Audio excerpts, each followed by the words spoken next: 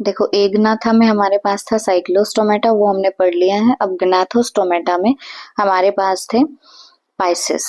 ठीक है, पाइसेस और टेट्रापोडा। तो पहले हम पाइसेस कंप्लीट करेंगे। पाइसेस मतलब फिशेस, वो हमारी दो टाइप की थी, एक कार्टिलेजिनस फिशेस और एक बोनी फिशेस। अब कार्टिलेजिनस फिशेस को हम बोलते हैं कॉन्ड्रिक्टाइसिस एंड बोनी फिशेस को हम बोलते हैं ऑस्टियोक्टाइसिस। ठीक है, अब एनसीईआरटी ने ना इनको पैराग्राफ की फॉर्म में दे रखा है। अब इन दोनों में बहुत सारी चीजें ऐसी हैं कि हमें एक की याद हो गई तो दूसरी की अपने आप याद हो जाएंगी, इसीलिए हम यहाँ इनकी कंपैरेटिव स्टडी करेंगे। तो देखो, जो कॉन्ड्रिक्टाइसिस होती है ना, यानी कार्टिलेजिनस फिशेस, वो मेराइन होती हैं, यानी नमकीन पानी में रहेंगी। जबकि जो ओस्ट्रिकथाइसिस होती हैं यानी बोनी फिशेस, वो हमें फ्रेश वाटर में भी मिल सकती हैं और मेराइन वाटर में भी मिल सकती हैं। उसके बाद कॉन्ड्रिक्टाइसिस की जो बॉडी होती है वो स्ट्रीमलाइंड होती है, और ऑस्ट्रिकथाइसिस की जो बॉडी होती है वो भी स्ट्रीमलाइंड होती है। अब स्ट्रीमलाइंड शेप कौन सी होती है? जैसे जो एरोप्लेन होता है ना, एरोप्लेन की शेप स्ट्रीमलाइंड होती है, इसी तरीके से फिशेस की शेप होती है। तो बॉडी दोनों की कैसी होगी? स्ट्रीमलाइंड होगी। नेक्स्ट है एंडोस्केलेटन। अब कॉन्ड्रिक्टाइसिस का जो एंडोस्केलेटन होगा वो कार्टिलेज से बना हुआ है, इसीलिए हम इनको बोलेंगे कार्टिलेजिनस फिशेस। ठीक है, और ऑस्टिकथाइसिस का जो एंडोस्केलेटन है वो बोन्स से बना हुआ है, इसीलिए हम ऑस्टिकथाइसिस को कहते हैं बोनी फिशेस। ठीक है, तो कॉन्ड्रिक्टाइसिस कार्टिलेजिनस फिशेस, ऑस्टिकथाइसिस बोनी फिशेस। अब वो एंडोस्केलेटन की जगह स्टेटमेंट में एक्सोस्केलेटन भी लिख सकते हैं, तो वो स्टेटमेंट गलत हो जाएगी। बात यहाँ किसकी हो रही है? एंडोस्केलेटन की हो रही है। ठीक है, अब जो कार्टिलेज होता है ना, हम लोकोमोशन एंड मूवमेंट चैप्टर में पढ़ते हैं कि कार्टिलेज के अंदर जो सॉल्ट प्रेजेंट होता है वो होता है कॉन्ड्रोइटिन सॉल्ट। ठीक है, और बोन्स के अंदर जो सॉल्ट होता है वो होता है कैल्शियम सॉल्ट। अब जैसे हमारे अगर किसी के भी पैरों में दर्द होता है तो डॉक्टर बोलता है कि कैल्शियम की कमी है आप में, इसका मतलब क्या है कि हमारी बोन्स में जो सॉल्ट है कैल्शियम, उसकी कमी है। ठीक है, तो बोन्स में कौन सा सॉल्ट होगा? Calcium salt. और कार्टिलेज में जो सॉल्ट होता है वो होता है कॉन्ड्रोइटिन सॉल्ट। अब कार्टिलेज जो है वो जिन सेल्स से मिलके बना होता है उन सेल्स को बोलते हैं कॉन्ड्रोसाइट।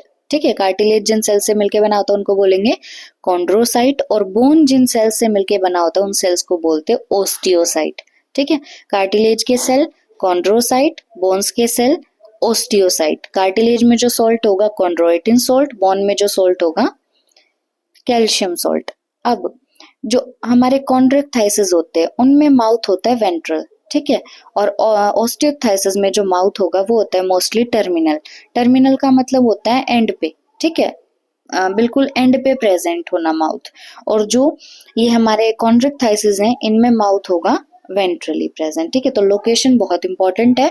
कॉन्ड्रिक्टाइसिस में माउथ है वेंट्रल, और ऑस्टियोक्टाइसिस में माउथ टर्मिनल एंड पे प्रेजेंट है मोस्टली, यानी एंड पे प्रेजेंट है। देखो, नेक्स्ट पॉइंट है कॉन्ड्रिक्टाइसिस के अंदर कि इनमें नोटोकोड जो है वो थ्रू आउट लाइफ परसिस्टेंट रहती है। परसिस्टेंट रहना मतलब लगातार प्रेजेंट रहना। ठीक है, अब जो हमारे कॉन्ड्रिक्टाइसिस हैं, देखो कॉन्ड्रिक्टाइसिस आए हमारे एक ग्नाथोस्टोमेटा के अंदर, है ना। अब ग्नाथो मतलब कॉन्ड्रिक्टाइसिस और ऑस्ट्रिक्टाइसिस हमारे पाइसिस में, और पाइसिस आए हमारे ग्नाथोस्टोमेटा में। अब ग्नाथोस्टोमेटा अब जो ग्नाथोस्टोमेटा है हमारे, वो आए हैं किसके अंदर? वर्टिब्रेट्स के अंदर आते हैं, है ना। और वर्टिब्रेट्स में हमने एक चीज पढ़ी थी कि इनके अंदर शुरू में एम्ब्रियो में प्रेजेंट होती है नोटोकोड, और बाद में वो नोटोकोड रिप्लेस हो जाती है वर्टिब्रल कॉलम से, राइट। लेकिन कॉन्ड्रिक्टाइसिस के अंदर एनसीईआरटी लिखती है कि notochord is persistent through out life, मतलब इनके अंदर नोटोकोड जो है वो पूरा लाइफ टाइम प्रेजेंट होते हैं। ठीक है, ऑस्टिकथाइसिस के बारे में ऐसा कुछ नहीं लिखा है एनसीईआरटी ने, बस कॉन्ड्रिक्टाइसिस के बारे में लिखा है कि इनमें notochord through out the life present होगी, और ये इंपॉर्टेंट बात है। ठीक है, वैसे तो क्या होता है वर्टिब्रेट्स में कि रिप्लेस हो जाती है नोटोकोड बाय वर्टिब्रल कॉलम। अब उसके बाद दूसरा जो डिफरेंस है वो है गिल स्लिट्स का। ठीक है, वेरी इंपॉर्टेंट। जो मैंने वहां पे 6 से 15 पेयर बताए थे साइक्लोस्टोम में, उसमें और यहाँ जो नंबर आएगा उसमें कई बार कंफ्यूजन हो जाता है, तो ध्यान रखना। देखो, कॉन्ड्रिक्टाइसिस में जो गिल स्लिट्स होंगे वो सेपरेट होंगे। ठीक है, और ये गिल स्लिट्स किसी भी गिल कवर से कवर्ड नहीं होते, और सॉरी, गिल कवर को हम बोलते हैं ऑपरक्यूलम। ठीक है, वहीं अगर हम बात करें ऑस्टिकथाइसिस की, तो उनके अंदर गिल्स के 4 पेयर प्रेजेंट होते हैं। ठीक है, और ये गिल्स कवर्ड होंगे ओपर्क्यूलम से ऑन ईच साइड। देखो इंपॉर्टेंट बात है, ध्यान से देखना, ये है हमारे कॉन्ड्रिक्टाइसिस, ये है हमारे ऑस्टिकथाइसिस। ठीक है, तो कॉन्ड्रिक्टाइसिस में हमारे पास है गिल स्लिट्स। ठीक है, क्या है? गिल स्लिट्स है, और ये गिल स्लिट्स यहाँ पे ऐसे सेपरेटली प्रेजेंट है। ठीक है, पेयर में प्रेजेंट नहीं है, पर ऑस्टिकथाइसिस के अंदर जो गिल्स हैं हमारे वो ऐसे पेयर में प्रेजेंट है। ठीक है, और उनके कितने पेयर प्रेजेंट है? 4 पेयर प्रेजेंट है। तो गिल्स के ऑस्टिकथाइसिस में कितने पेयर हैं? 4 पेयर हैं। अगर गिल्स का नंबर पूछे तो वो होगा 8। ठीक है, पेयर कितने हैं? 4 और नंबर है 8। अब जो कॉन्ड्रिक्टाइसिस हैं उनके अंदर गिल स्लिट्स किसी भी कवरिंग से कवर्ड नहीं होते, गिल कवर से कवर्ड वो नहीं होंगे। और ये जो गिल कवर होता है, इस गिल कवर का एक नाम है, वो है ओपर्क्यूलम। ठीक है, यानी कॉन्ड्रिक्टाइसिस में जो गिल स्लिट्स हैं वो ओपर्क्यूलम से यानी गिल कवर से कवर्ड नहीं होंगे। लेकिन ऑस्टिकथाइसिस के अंदर क्या होता है कि ये जो हमारे पेयर में प्रेजेंट है गिल्स, ये कवर्ड होंगे बाय ओपर्क्यूलम। ठीक है, ओपर्क्यूलम क्या है? Gill cover. तो ये ओपर्क्यूलम यानी गिल कवर से कवर्ड होंगे ऑस्टिकथाइसिस के अंदर, 4 पेयर या 8 इन नंबर। अब ये जो ओपर्क्यूलम है ये कैसे कवर्ड होगा? लेफ्ट वालों को लेफ्ट साइड में कवर किया जाएगा बाय ओपर्क्यूलम से, राइट साइड में राइट वालों के ओपर्क्यूलम प्रेजेंट होगा। ठीक है, तो ओपर्क्यूलम का भी नंबर पूछे तो वो कितना होगा? 8। हर एक जो गिल है वो अपने गिल कवर से कवर्ड होगा, तो ओपर्क्यूलम का भी नंबर 8 हो जाएगा। अब कॉन्ड्रिक्टाइसिस के अंदर जो स्किन होती है ना वो टफ होती है, और स्किन कवर्ड होगी स्केल्स से। ठीक है, जैसे साइक्लोस्टॉम्स में स्केल्स प्रेजेंट नहीं थे, बट यहाँ ये जो कॉन्ड्रिक्टाइसिस और ऑस्टिकथाइसिस हैं इनमें स्केल्स प्रेजेंट होते हैं। ठीक है, कॉन्ड्रिक्टाइसिस के अंदर स्केल्स को हम बोलेंगे प्लैकॉइड स्केल्स। ठीक है, क्या बोलेंगे? प्लैकॉइड स्केल्स बोलेंगे। तो इन प्लैकॉइड स्केल्स ने कॉन्ड्रिक्टाइसिस की स्किन को कवर करके रखा है, और ये जो स्केल्स होते हैं ये छोटे छोटे होते हैं, माइन्यूट होते हैं। ठीक है, स्मॉल मतलब माइन्यूट होंगे। जबकि जो ऑस्टिकथाइसिस होते हैं उनके अंदर स्किन के ऊपर जो स्केल्स होते हैं उनको हम बोलते हैं साइक्लॉइड स्केल या टीनॉइड स्केल। ठीक है, इनको क्या बोलेंगे? साइक्लॉइड स्केल या टीनॉइड स्केल। अब कंफ्यूजन ज्यादा इसी में होता है कि कौन से में साइक्लॉइड था, कौन से में प्लेकॉइड था। ठीक है, देखो किसी भी कंपनी का सीईओ होता है ना, वैसे तो वो सीईओ होता है, पर बोलने में हम ये बोल देते हैं कि ये इंसान कंपनी का सीईओ है। ठीक है, तो हम सीईओ से याद रखेंगे कि साइक्लोइड या टीनोइड स्केल। अब टीनोइड में बोलने में तो टी आ रहा है, पर शुरू में सी होता है, सी से शुरू होता है ये वर्ड। तो साइक्लोइड या टीनोइड स्केल होंगे ऑस्टिकथाइसिस में। ठीक है, सीओ से याद रखो। और जो कॉन्ड्रिक्टाइसिस हैं उनके अंदर प्रेजेंट होंगे प्लेकॉइड स्केल्स। ठीक है, इसको पीसी से याद रख लो, जो कंप्यूटर होता है ना जिसको हम पीसी बोलते हैं, तो पीसी से इसको याद रख लो कि प्लेकॉइड स्केल्स होंगे कॉन्ड्रिक्टाइसिस में। बहुत इंपॉर्टेंट है ये। स्केल्स का काम क्या है? स्किन को कवर करना। अब उसके बाद बात हुई है कॉन्ड्रिक्टाइसिस के अंदर टीथ की। अब कॉन्ड्रिक्टाइसिस में जो टीथ होते हैं वो और कुछ नहीं होते, बल्कि ये जो प्लेकॉइड स्केल्स हमने देखे ना, ये प्लेकॉइड स्केल्स ही मॉडिफाई हो जाते हैं, और मॉडिफाई होके चेंज होके बना देते हैं टीथ। ठीक है, अब टीथ जो होंगे कॉन्ड्रिक्टाइसिस के अंदर वो बैकवर्डली डायरेक्टेड होते हैं, मतलब पीछे की तरफ। ठीक है, जैसे हमारे जो टीथ हैं, हमारे टीथ कैसे हैं? या तो सीधे हैं या किसी के टीथ थोड़े बाहर की तरफ होते हैं, पर इनके टीथ क्या है? बैकवर्डली डायरेक्टेड है, मतलब पीछे की तरफ डायरेक्टेड है। अब कॉन्ड्रिक्टाइसिस के अंदर जो जॉ होता है, अब कॉन्ड्रिक्टाइसिस और ऑस्ट्रिकथाइसिस दोनों किस में आते हैं? ग्नाथोस्टोमेटा में आते हैं। ग्नाथोस्टोमेटा मतलब इनमें जॉ प्रेजेंट होगा। तो कॉन्ड्रिक्टाइसिस के अंदर जो जॉ होता है वो बहुत पावरफुल होता है। ठीक है, अब बहुत पावरफुल जो है तो ये क्या करेगा? आसपास कोई भी ऑर्गेनिज्म आएगा तो उसके ऊपर प्रिडेशन कर देगा, यानी पावरफुल जो होने की वजह से कॉन्ड्रिक्टाइसिस जो होते हैं वो प्रिडेशियस होते हैं, मतलब प्रीडेटर इन नेचर होते हैं। अब कॉन्ड्रिक्टाइसिस के अंदर प्रेजेंट होते हैं एयर ब्लैडर। ठीक है, अब ये एयर ब्लैडर जो है ये क्यों प्रेजेंट है? एयर ब्लैडर प्रेजेंट है इसी वजह से ये स्विम करते रहते हैं कॉन्स्टेंटली, ताकि ये सिंक ना कर सके। ठीक है, अब जो ऑस्टिकथाइसिस हैं उनके अंदर भी एयर ब्लैडर प्रेजेंट होंगे, और एयर ब्लैडर का काम क्या है? ये रेगुलेट करते हैं बायंसी को। देखो इसमें ना एक चीज गलत लिखी हुई है, यहाँ नोट्स में करेक्शन कर लेना। कॉन्ड्रिक्टाइसिस के अंदर जो एयर ब्लैडर होते हैं ना वो एब्सेंट होते हैं। अब एयर ब्लैडर एब्सेंट है तो उस वजह से इन्हें लगातार स्विम करना पड़ता है, लगातार तैरना पड़ता है, ताकि ये डूब ना जाए, सिंक ना कर जाए। ठीक है, इसका उल्टा जो ऑस्टिक-थाइसिस है उनमें एयर ब्लैडर प्रेजेंट होंगे और वो एयर ब्लैडर बायंसी को रेगुलेट कर लेते हैं, तो उन्हें लगातार स्विम करने की जरूरत नहीं होती। देखो इसको यूं समझेंगे, जैसे मान लो एक तो ये बॉक्स है हमारे पास और एक ये बॉक्स है, ठीक है। अब ये वाला जो बॉक्स है, इस बॉक्स के अंदर कोई भी एयर ब्लैडर प्रेजेंट नहीं है, पर इसके अंदर एयर ब्लैडर प्रेजेंट है। जैसे एक ये खाली जगह हो गई, एक ये खाली जगह, एक ये खाली जगह, एक ये खाली जगह, ठीक है। तो इनमें यहाँ बीच में एयर भरी हुई है, ठीक है, ये है एयर ब्लैडर। अब इसकी बॉडी में तो एयर भरी हुई है, तो ये तो क्या होगा, लाइट होगा। लाइट मतलब बहुत हल्का होगा, है ना। जबकि इसकी बॉडी में कोई भी एयर ब्लैडर नहीं है। अब कोई भी एयर ब्लैडर नहीं है तो ये बहुत हैवी होगा। अगर ये हैवी है तो इसको खतरा है कि ये डूब जाएगा। डूबना मतलब ये सिंक कर जाएगा, है ना। अब इसके अंदर एयर ब्लैडर नहीं है तो इसको खतरा है कि ये सिंक कर जाएगा, इसीलिए इसको लगातार तैरना पड़ता है, लगातार स्विम करना पड़ता है। तो ये बात हो रही है कॉन्ड्रिक्टाइसिस की, ठीक है। यानी कॉन्ड्रिक्टाइसिस के अंदर एयर ब्लैडर प्रेजेंट नहीं है, जिस वजह से वो हैवी होते हैं और इसीलिए उन्हें लगातार स्विम करना पड़ता है ताकि वो सिंक ना कर जाएं। जबकि जो ऑस्टिक-थाइसिस होते हैं उनके अंदर एयर ब्लैडर प्रेजेंट है, यानी वो लाइट इन वेट होंगे। लाइट इन वेट है तो वो उनकी जो बायंसी है वो रेगुलेट होती रहेगी। मतलब बायोंट फोर्स आप फिजिक्स में पढ़ते हो, बायोंट फोर्स की वजह से क्या रहेंगे, वो बैलेंस्ड रहेंगे पानी के ऊपर भी और डूबेंगे नहीं, है ना। जैसे अगर एक तो आपने कोई पत्थर डाल दिया पानी में, अब वो पत्थर हैवी था, अपने वेट की वजह से डूब जाएगा, ठीक है। उसने बायोंट फोर्स को क्या कर लिया, ओवरकम कर लिया, तो वो डूब जाएगा। जबकि यहीं आप एक कोई ग्लास या कोई मग या प्लास्टिक की हल्की चीज अगर पानी पे रखते तो वो ऐसे ही तैरती रहती है। क्यों तैरती रहती है, क्योंकि वो हल्की होती है, ठीक है। तो जो ऑस्टिक-थाइसिस होते हैं उनमें एयर ब्लैडर प्रेजेंट है, जिस वजह से वो लाइट इन वेट होंगे, बायोंसी उनकी रेगुलेटेड रहेगी बिकॉज ऑफ एयर ब्लैडर्स, और वो डूबेंगे नहीं, सिंक नहीं करेंगे। नेक्स्ट हम बात करेंगे हार्ट की। कॉन्ड्रिक्टाइसिस और ऑस्टिक-थाइसिस दोनों के अंदर ही 2 चैम्बर्ड हार्ट होता है। मतलब हार्ट में 2 चैम्बर प्रेजेंट होंगे। 2 चैम्बर का मतलब क्या है, एक ऑरिकल होगी और एक वेंट्रिकल होगा, ठीक है। तो दोनों का हार्ट, बोनी फिशेस का भी और कार्टिलेजिनस फिशेस का भी 2 चैम्बर्ड होता है, एक ऑरिकल एक वेंट्रिकल। अब चाहे कॉन्ड्रिक्टाइसिस हो चाहे ऑस्टिक-थाइसिस हो, दोनों के दोनों पोइकिलोथर्मस होते हैं। पोइकिलोथर्मस मतलब कोल्ड ब्लडेड होते हैं, ठीक है। दोनों कैसे होंगे, पोइकिलोथर्मस होंगे, यानी कोल्ड ब्लडेड होंगे। अब 2 वर्ड आएंगे यहाँ आगे, पोइकिलोथर्मस और होम्योथर्मस।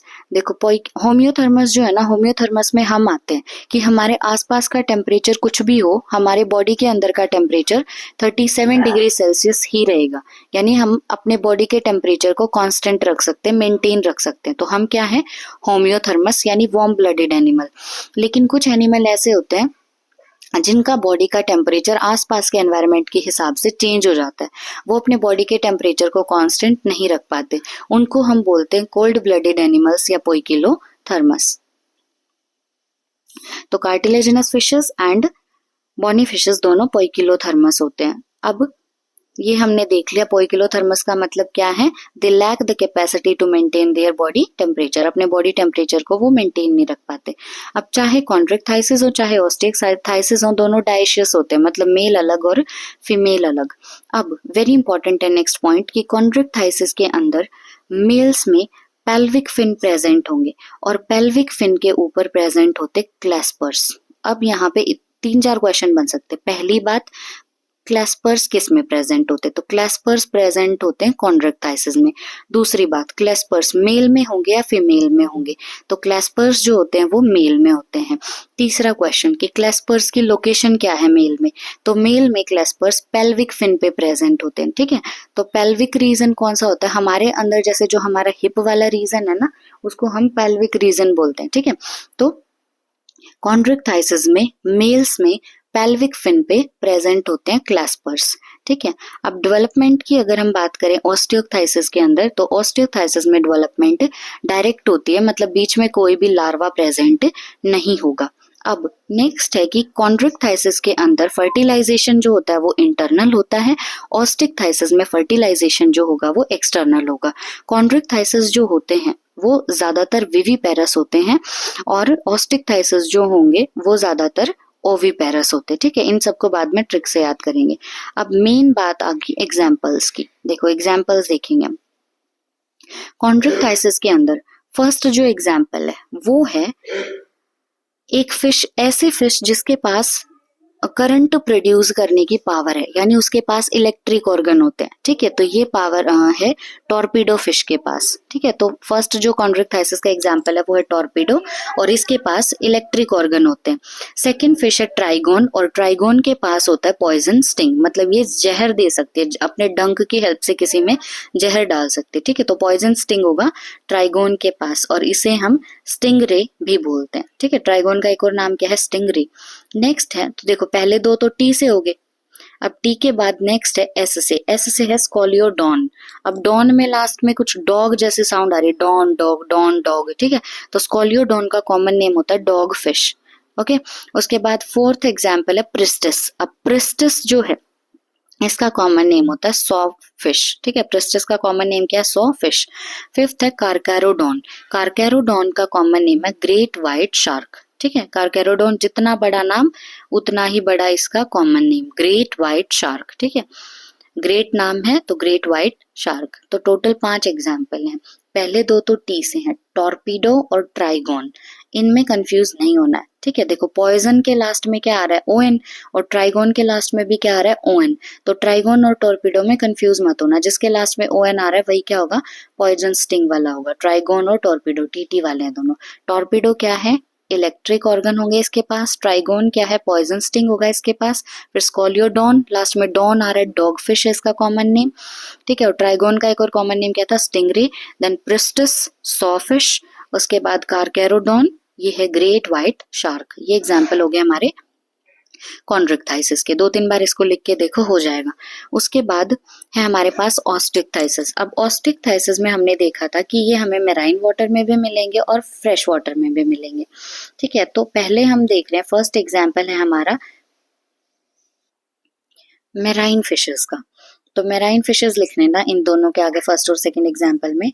फर्स्ट है एक्सोसिटस, ठीक है। एक्सोसिटस जो होती है वो है फ्लाइंग फिश। देखो एक्सो में क्या आ रहा है, एक्स आ रहा है ना, मतलब एक्सपोर्ट। एक्सपोर्ट क्या करते हैं, हम चीजों को बाहर भेजते हैं, और बाहर कैसे भेजते हैं, एरोप्लेन की हेल्प से, यानी फ्लाई करके।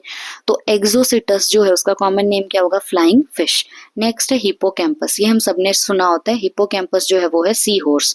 तो हमें ध्यान रखना है एक्सोसिटस और हिपोकैम्पस दोनों के दोनों मेराइन वाटर में प्रेजेंट होते हैं, ठीक है। एक्सोसिटस का कॉमन नेम क्या है, एक्सोसिटस का कॉमन नेम क्या है, flying fish. Hippocampus, sea horse, दोनों के दोनों मेराइन फिशेस।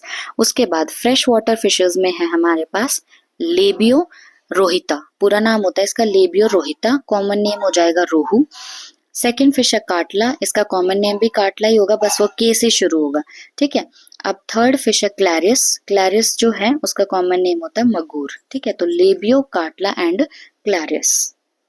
लेबियो, काटला, क्लैरियास, CLARIAS होगा, ठीक है। कॉमन नेम क्या है इसका, मगूर है। अब ये तीनों फ्रेश वाटर फिशेज हैं और इनको खाया जाता है, ठीक है, एडिबल हैं ये। तो मेराइन फिशेज में Exocoetus that is flying fish, Hippocampus that is sea horse. Fresh water fishes में ये हम बोनी फिशेज पढ़ रहे हैं, Osteichthyes. Labeo rohita that is rohu, common name हो गया। Clarias that is magur. Catla, catla. अब काटला, काटला में क्या है, वो के वाला दे देंगे साइंटिफिक नेम में और सी वाला दे देंगे कॉमन नेम में, तो वो गलत हो जाएगा। काटला जो है सी से शुरू हो रहा है वो साइंटिफिक नेम है और के वाला कॉमन नेम है। अब उसके बाद कुछ फिशेस जो है वो एक्वेरियम में रखते हैं हम उनको, ठीक है। एक्वेरियम सबने देखा होगा, तो एक्वेरियम में हम 2 फिशेस को रखते हैं। फर्स्ट फिश है बेटा। अब बेटा जो है वो जनरली फाइट करता है, तो बेटा का कॉमन नेम हो जाएगा फाइटिंग फिश, ठीक है। बेटा का कॉमन नेम क्या है, फाइटिंग फिश। सेकंड जो एक्वेरियम वाले फिश है वो है टेरोफाइलम, ये शुरू पी से होता है पर टेरोफाइलम बोलते हैं इसको। टेरोफाइलम जो है ये है एंजल फिश, ठीक है। एक बेटा हो गया, दूसरा बेटी। बेटी क्या होती है, एंजल होती है। तो एंजल फिश जो है उसका साइंटिफिक नेम क्या है, टेरोफाइलम। अब एक बार रिपीट करो, fresh water fishes, marine fishes और एक्वेरियम वाले fishes. Osteichthyes that is bony fishes हम देख रहे हैं। मेराइन फिशेस में exocoetus flying fish, hippocampus sea horse. फिर ये तो मेराइन फिशेस थे। फ्रेश वाटर की में labeo rohita that is rohu, catla that is catla, then clarias that is magur. उसके बाद एक्वेरियम वाले फिशेस में है betta that is fighting fish, Pterophyllum that is angel fish. ये हो गया हमारे ऑस्टिक्टाइसिस एंड कॉन्ड्रिक्टाइसिस, बहुत ज्यादा इंपॉर्टेंट है दोनों के दोनों।